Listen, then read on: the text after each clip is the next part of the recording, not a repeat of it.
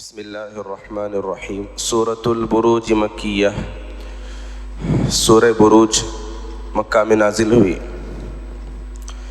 سورہ بروج بہت ہی ابتدائی دور میں نازل ہونے والی، مکہ معظمہ میں نازل ہونے والی یہ ایک سورت ہے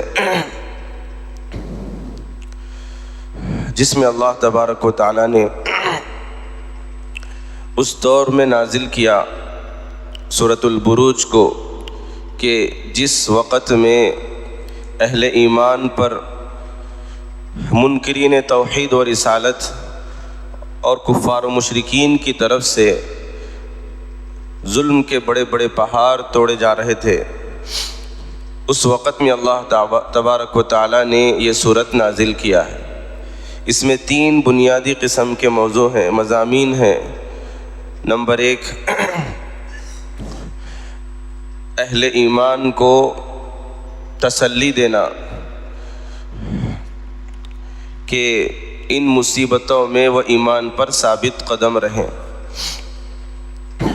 انسان کی یہ فطرت ہے کہ جب وہ تنہا قربانی دیتا ہے تو اس کے اوپر بڑی شاخ گزرتی ہے، لیکن دوسروں کی قربانیاں جب اس کے سامنے ہوتی ہیں تو وہ مزید قربانیاں دینے پر ہمت کر لیتا ہے۔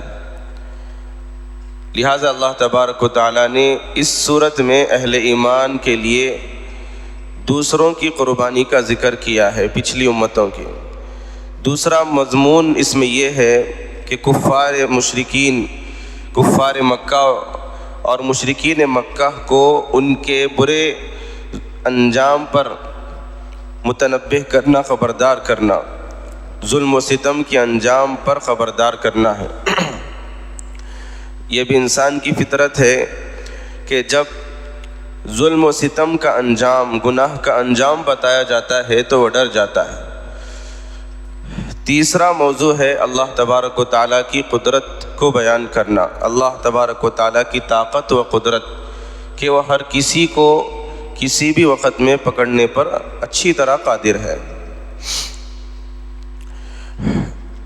اس صورت میں اہل ایمان کو تسلی اس طرح دی گئی ہے کہ پچھلی امتوں میں جو اہل ایمان پر حالات آئے تھے، محض ایمان لانے کی وجہ سے ان کو زندہ جلا دیا گیا تھا، ان کا تذکرہ اللہ تبارک و تعالیٰ نے اس میں کیا ہے۔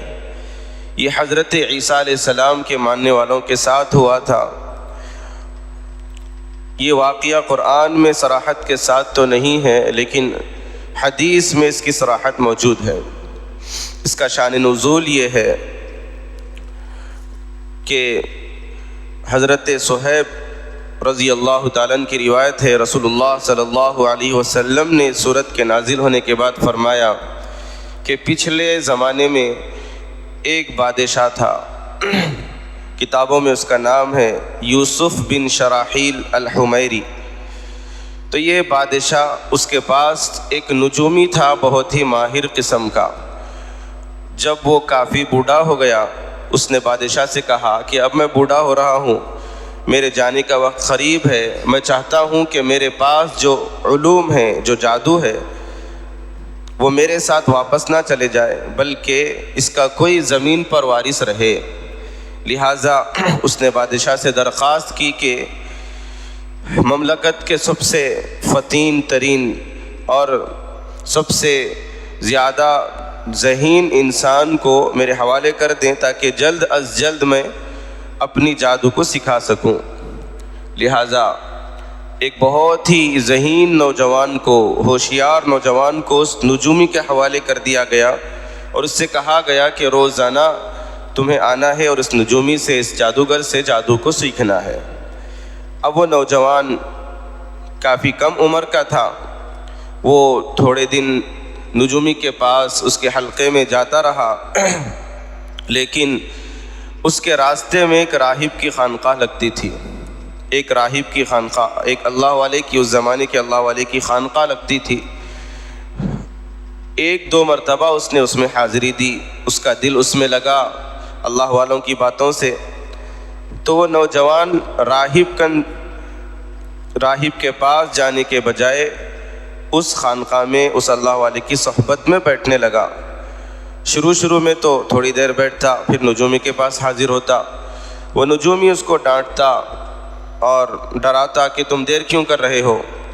پھر یہاں پر اس کو اللہ والے کے ملفوظات چھوٹنے کا اندیشہ بھی تھا، کافی متردد تھا، اس کا یقین بن چکا تھا کہ یہ خانقاہ میں مجھے فائدہ ہو رہا ہے، روحانی ترقی ہو رہی ہے۔ ایک مرتبہ راستے میں وہ جا رہا تھا کہ سڑک پر ایک خونخوار جانور شیر آ کر کھڑا ہو گیا۔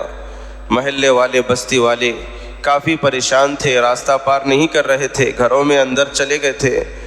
تو وہ اس نوجوان نے یہ کیا کہ ایک پتھر لیا اور اس نے اس شیر کی طرف یہ اس ارادے سے مارا اور یہ کہتے ہوئے مارا کہ اگر راہب کا علم صحیح ہے، اسی میں مجھے حاضر ہونا چاہیے، تو پھر یہ شیر یہاں سے ہٹ جانا چاہیے۔ اور اللہ سے، اپنے رب سے، اپنے خدا سے یہ تمنا کی کہ اگر راہب کا علم صحیح ہے، میں وہیں حاضر ہوں، تو پھر اس کو ہٹا دیجئے۔ اس نے ایک پتھر مارا ہلکا سا، اس شیر کو لگا اور وہ شیر ایک ہی مار میں مر گیا۔ اب یہاں پر اس کا یقین بڑھ گیا۔ اس کے بعد اس نوجوان نے یہ قصہ راہب سے سنایا جا کر۔ اس راہب نے کہا کہ تم تو روحانیت میں مجھ سے زیادہ ترقی کر چکے ہو۔ اس راہب نے کہا کہ دیکھو، اس راہ میں مصیبتیں آتی ہیں، لہٰذا تم پر بھی مصیبتیں آئیں گی، تمہیں پکڑا جائے گا، لیکن جب پکڑا جائے گا تو میرا نام نہ بتلانا۔ پھر ہوا یہ کہ وہ نوجوان ایسا روحانی بن چکا تھا کہ جس کسی کے لیے دعا کرتا تو اس کی دعا قبول ہو جاتی تھی۔ لوگ اس کے پاس آتے، اپنا علاج کروا لیتے دعاؤں کے ذریعے سے۔ اندھا ہے تو اس کے لیے دعا کرتا، وہ بینا ہو جاتا تھا۔ مبروز ہے تو اس کا علاج ہو جاتا تھا، ہر قسم کا علاج اس کی دعا سے ہو جاتا تھا۔ بادشاہ کے ایک ہم نشین کو پتہ چلا، وہ نابینا تھا، وہ بھی اس نوجوان کے پاس گیا، نوجوان کے پاس حاضر ہوا، ڈھیر سارا مال تحائف لے کر۔ اس نے کہا کہ اگر تم مجھے بینا کر دو گے، میری آنکھیں لوٹا دو گے، تو یہ سارا کا سارا مال تمہارا ہے۔ اس نوجوان نے کہا کہ دیکھو، میں کسی سے مال نہیں لیتا، البتہ جس رب سے مانگتا ہوں تم اس پر ایمان لاؤ، میں دعا کر دوں گا کہ اللہ ایک ہے، تم اس پر ایمان لاؤ، اللہ اس کی برکت سے تمہیں بینائی واپس لوٹا دیں گے۔ ایسے ہی ہوا، اس نے ایمان قبول کر لیا بادشاہ کے ہم نشین نے۔ اس کے بعد وہ جب بادشاہ کے پاس گیا تو بادشاہ نے کہا کہ تمہاری آنکھیں کس نے لوٹا دی؟ اس نے کہا کہ میرے رب نے لوٹا دی۔ بادشاہ نے کہا کہ رب تو میں ہوں، میرے علاوہ کون سا رب تم نے دیکھا؟ تو اس نے اس نوجوان کا نام بتلایا، اس راہب نے نوجوان کا نام بتلایا۔ نوجوان کو گرفتار کیا گیا اور اس سے کافی تکلیف اس کو دی گئی۔ پوچھا گیا کہ تم کس سے یہ کام سیکھے ہو؟ اس نوجوان نے اس راہب کا نام بتلا دیا۔ کافی تکلیفوں کے بعد راہب کو لایا گیا اور ان تینوں کو ایمان سے پھرنے کے لیے کہا گیا کہ ایمان کو چھوڑ دو، بادشاہ کو سجدہ کر لو، بادشاہ کی بات خدائی کو تسلیم کر لو۔ تینوں میں سے کسی نے بھی یہ کام نہیں کیا، کوئی بھی تیار نہیں ہوا۔ تو بادشاہ نے اپنے ہم نشین کو کھڑا کیا سب کے سامنے، سر پر آرا رکھا گیا، 2 ٹکڑے کر دیے گئے۔ اس نے ایمان کو نہیں چھوڑا۔ اس کے بعد راہب کو لایا گیا، راہب سے یہی کہا گیا کہ تم بادشاہ کو خدا تسلیم کر لو۔ اس راہب نے بھی انکار کیا، ثابت قدم رہا، اس کے سر پر بھی آرا رکھا گیا، وہی حشر کر دیا گیا، سب کے سامنے 2 ٹکڑے کر دیے گئے۔ اب اس نوجوان سے کہا گیا کہ تم ایمان چھوڑو۔ وہ نوجوان تیار نہیں ہوا تو حکم ہوا فوجیوں کو کہ اس کو لے کر جاؤ بڑے پہاڑ کے اوپر اور اس کو اوپر سے دھکا دے کر گرا دو۔ ایسے ہی کیا گیا کہ اس کو لے کر چلے گئے۔ اوپر جانے کے بعد اس نوجوان نے دعا کی کہ اللہ آپ میرے لیے ان سب سے کافی ہو جائیے۔ پہاڑ میں زلزلہ آ گیا۔ اس کے بعد تمام کے تمام لوگ جو اس کو لے کر آئے تھے گر کر خود مر گئے۔ یہ نوجوان بچتا ہوا بادشاہ کے محل میں واپس آ گیا۔ بادشاہ نے کہا کہ تمہارے ساتھی کہاں ہیں جو تم کو ڈھکلنے کے لیے گئے تھے؟ اس نوجوان نے کہا کہ میرا رب ان کے خلاف کام آ گیا اور وہی لوگ مر گئے، میں بچ گیا۔ بادشاہ نے پھر حکم دیا کہ اس کو سمندر کے بیچوں بیچ لے جا کر پھینک دو۔ ایک فوج لے کر گئی، لیکن سمندر میں طغیانی آ گئی اور طوفان آ گیا، وہ کشتی ڈوب گئی، نوجوان پھر سے بچ گیا، محل میں واپس آ گیا۔ بادشاہ نے کہا کہ تمہارے ساتھ جانے والے کہاں ہیں؟ اس نوجوان نے کہا کہ اس طرح واقعہ ہوا، پھر سے میں بچ گیا، میرا اللہ میرے لیے کافی ہو گیا۔ بادشاہ پریشان تھا۔ اس نوجوان نے کہا کہ دیکھو، تم اگر مجھے مارنا ہی چاہتے ہو تو اس کی تدبیر یہ ہے کہ شہر کے لوگوں کو جمع کرو اور مجھے ایک درخت پر سولی دو، یعنی آج کل کی سولی نہیں بلکہ ہاتھوں پر میخیں ٹھوک کر، پیروں میں میخیں ٹھوک کر تختے پر جو چڑھایا جاتا تھا، مجھے سولی دو اور میرے ترکش میں سے ایک تیر نکال کر میرے سر پر چلا دو۔ لوگوں کو جمع کیا گیا اور اس کے بولنے پر عمل کیا گیا کہ تیر چلاتے وقت یہ کہنا کہ اللہ کے نام سے یہ تیر چھوڑا جاتا ہے جو سب کا رب ہے۔ اس نوجوان نے کہا تھا کہ اس طرح کہو، تو اسی طرح کیا گیا کہ اس اللہ کے نام پر جو اس نوجوان کا اور سب کا رب ہے، یہ کہتے ہوئے تیر چلایا گیا، تو اس نوجوان کی کن پٹی میں تیر لگی اور وہ کن پٹی پر ہاتھ رکھتے ہوئے اللہ کو پیارا ہو گیا۔ اب یہاں پر جتنے لوگ دیکھ رہے تھے ان سب نے ایمان قبول کر لیا۔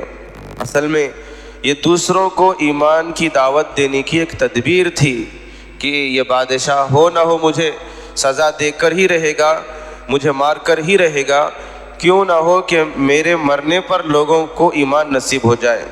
مومن دوسروں کے ایمان کا حریص ہوتا ہے، لہٰذا وہاں پر بیٹھنے والوں میں سے اکثروں نے ایمان کو قبول کر لیا۔ بادشاہ کو کافی تکلیف ہوئی، اس نے کہا اپنے منتریوں سے، اپنی فوج سے کہ ان کو پکڑو اور ان کو ایمان چھوڑنے پر آمادہ کرو، ایمان سے پھرنے پر آمادہ کرو۔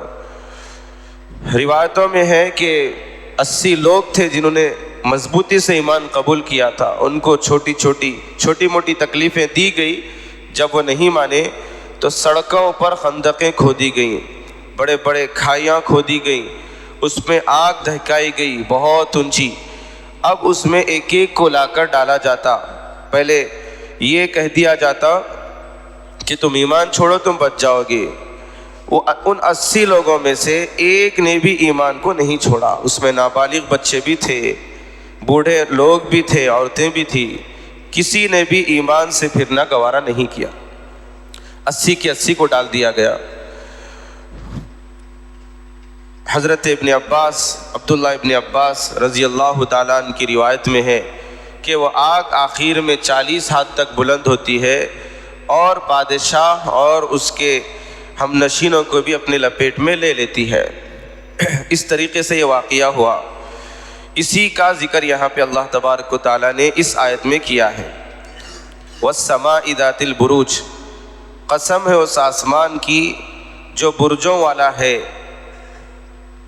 ایک اصطلاح ہے برجوں والے کی علم نجوم میں، نجومیوں نے آسمان کے لیے 12 برج مقرر کیے ہیں اور ان کا یہ ماننا ہے کہ سورج ہر برج میں ایک ایک مہینے تک ٹھہرتا ہے، اسی لیے 12 مہینے ہوتے ہیں۔ اس کی کوئی حقیقت نہیں ہے، سائنسی علوم بھی اس کی تردید کرتی ہے۔ یہاں پر برج سے مراد حضرت حسن بصری اور دیگر مفسرین کے نزدیک آسمان کے ستارے ہیں جو ہواؤں میں تیرتے ہیں، لہٰذا قسم ہے اس آسمان کی جو ستاروں والا ہے، جس میں ستارے تیرتے ہیں۔ اللہ نے یہاں پر قسم کھائی آسمان کی، ستاروں والے۔ یہاں پر اشارہ اس طرف ہے کہ وہ اللہ جو اتنی بڑی طاقت والا ہے، آسمانوں کو بنانے والا، ستاروں کو چلانے والا، کہ جو سیارے ستارے آسمان میں تیر رہے ہیں کبھی آپس میں نہیں ٹکراتے، اللہ کی طاقت و قدرت، اس کے حکم کی وجہ سے، تو وہ اللہ اتنی طاقتوں والا ہے۔ والیوم الموعود، اور وعدہ کیے ہوئے دن کی قسم۔ اس سے مراد قیامت کا دن ہے۔ یہاں پر اشارہ ہے کہ جو لوگ ظلم و ستم ڈھا رہے ہیں، قیامت کے دن وہ ضرور اللہ کے پاس جمع ہوں گے، ان کا حساب ہوگا۔ وہ شاہدین و مشہود، اور حاضر ہونے والے دن کی، اور اس دن جس دن حاضر ہوا جاتا ہے۔ شاہد سے مراد یہاں پر جمعہ کا دن ہے جس دن لوگ جمع ہوتے ہیں۔ وہ مشہود یہاں پر 9 ذی الحجہ یوم عرفہ کا دن ہے جس دن ساری دنیا کے قبائل اور سارے دنیا کے لوگ ایک جگہ حجاج جمع ہوتے ہیں عرفہ کے میدان میں۔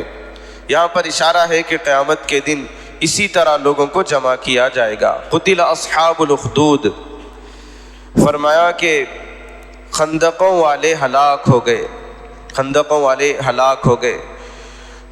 قتلہ سے مراد یہاں پر مار دیا گیا، قتل کیا گیا، لفظی ترجمہ ہے، لیکن اس کا اصل ترجمہ حضرت ابن عباس رضی اللہ تعالیٰ عنہ کے یہاں یہ ہے کہ جہاں پر قرآن مجید میں قتلہ ذکر کیا گیا ہے وہ لعنہ کے معنی میں ہے، یعنی کہ لعنت کی گئی اصحاب اخدود پر، جن لوگوں نے دور بیٹھ کر یہ واقعہ دیکھا کہ ایمان والے جل رہے تھے اور وہ دیکھ کر خوش ہو رہے تھے۔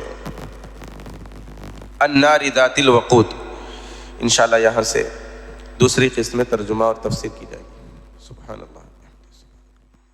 وَإِذِ اعْتَزَلْتُمُوهُمْ وَمَا يَعْبُدُونَ إِلَّا اللَّهَ فَأْوُوا إِلَى الْكَهْفِ يَنشُرْ لَكُمْ رَبُّكُمْ مِنْ رَحْمَتِهِ وَيُهَيِّئْ لَكُمْ مِنْ أَمْرِكُمْ مِرْفَقًا۔